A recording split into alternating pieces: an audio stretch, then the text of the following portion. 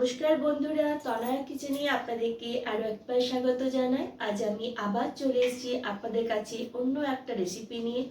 আজকে আমি এঁচোড়ে রান্না করে দেখাবো আপনাদেরকে। তো চলুন বন্ধুরা, শুরু করি আজকে রেসিপি। এই রেসিপি বানাতে প্রথমে আমি এখানে একটি কড়াই নিয়ে নিয়েছি। এরপর কড়াইয়ে আমি সর্ষের তেল দিয়ে দিচ্ছি। এখানে আমি 4 থেকে 5 চামচের মতো সর্ষের তেল দিয়েছি। সর্ষের তেল গরম হয়ে এসছে, এরপর কেটে রাখা এঁচড়গুলো দিয়ে দিচ্ছি। এঁচড়গুলোকে আমি আগে থেকে কেটে রেখেছি।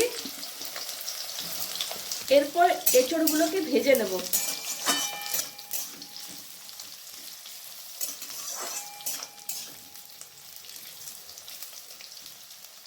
এঁচড়গুলো ভাজা হয়ে গেছে, এরপর প্লেটে তুলে নিচ্ছি।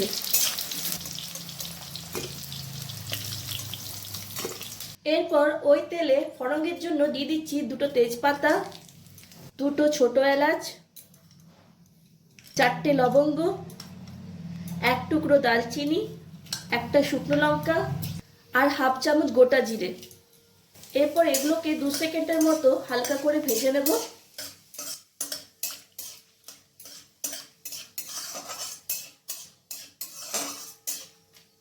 এরপর দিয়ে দিচ্ছি 2টো মিডিয়াম সাইজে কেটে রাখা পেঁয়াজ কুচি।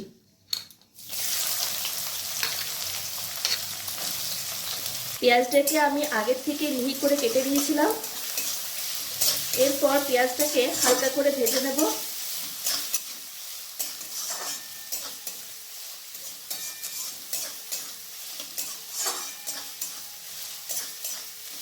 পেঁয়াজটা হালকা ভাজা হয়ে গেছে, এরপর দিয়ে দিচ্ছি টমেটো পেস্ট। এখানে আমি 2টো মিডিয়াম সাইজের টমেটো পেস্ট করে নিয়েছি। টমেটো পেস্টটাকে পেঁয়াজের সাথে ভালো করে মিক্স করে নিচ্ছি।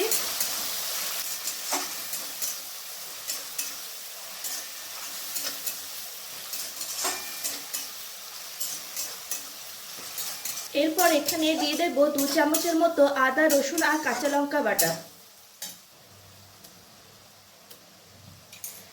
ঝালটা আপনারা নিজেদের পরিমাণ মতো দেবেন। এরপর আদা, রসুন আর কাঁচা লঙ্কা পেস্টটাকে টমেটো ও পেঁয়াজের সাথে ভালোভাবে মিক্স করে নিচ্ছি। আঁচটাকে আমি মিডিয়াম টু লোয়ে রেখেছি।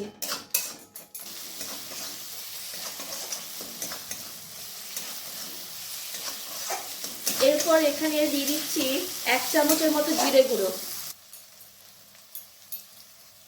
1 চামচের মতো ধনে গুঁড়ো, হলুদ গুঁড়ো হাফ চামচ, হাফ চামচের মতো গোলমরিচের গুঁড়ো, হাফ চামচের মতো শুকনো লঙ্কার গুঁড়ো আর 1 চামচের মতো কাশ্মীরি রেড চিলি পাউডার।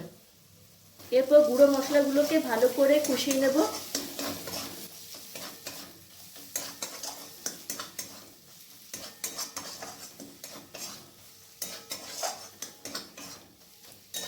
এই স্টেজে আমি এখানে একটু জল অ্যাড করছি যাতে মশলাগুলো তলায় পুড়ে না যায়।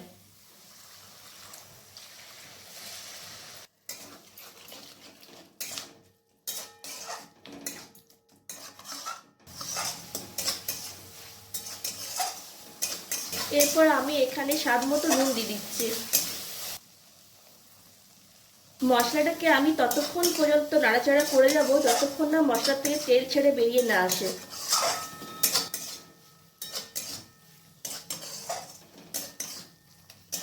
মশলা থেকে খুব সুন্দরভাবে তেল ছেড়ে দিয়েছে। এরপর আমি এখানে দিয়ে দেবো 2 চামচের মতো টক দই। এরপর টক দইটাকে মশলার সাথে ভালো করে মিক্স করে নিচ্ছি।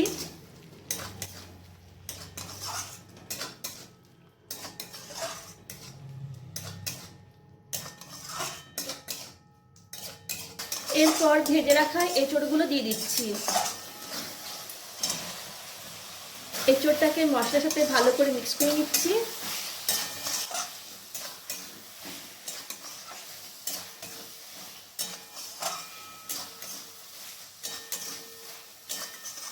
এরপর আমি এখানে অল্প পরিমাণে গরম জল দিয়ে দিচ্ছি।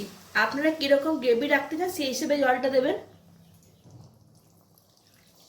এরপর আবার একটু নাড়াচাড়া করে নিচ্ছি।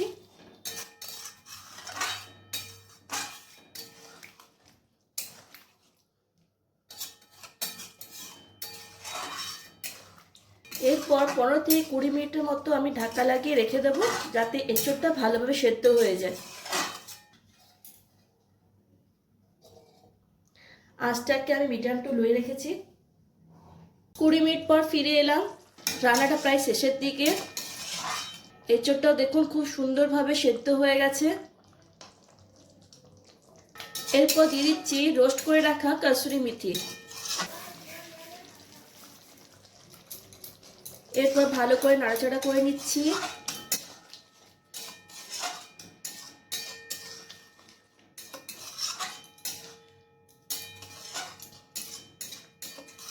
এরপর এই স্টেজে দিয়ে দেবো 1 চামচের মতো ঘি, আর তার সাথে হাফ চামচের মতো গরম মশলা গুঁড়ো ছড়িয়ে দিচ্ছি। এরপর আবার ভালো করে মিক্স করে নিচ্ছি।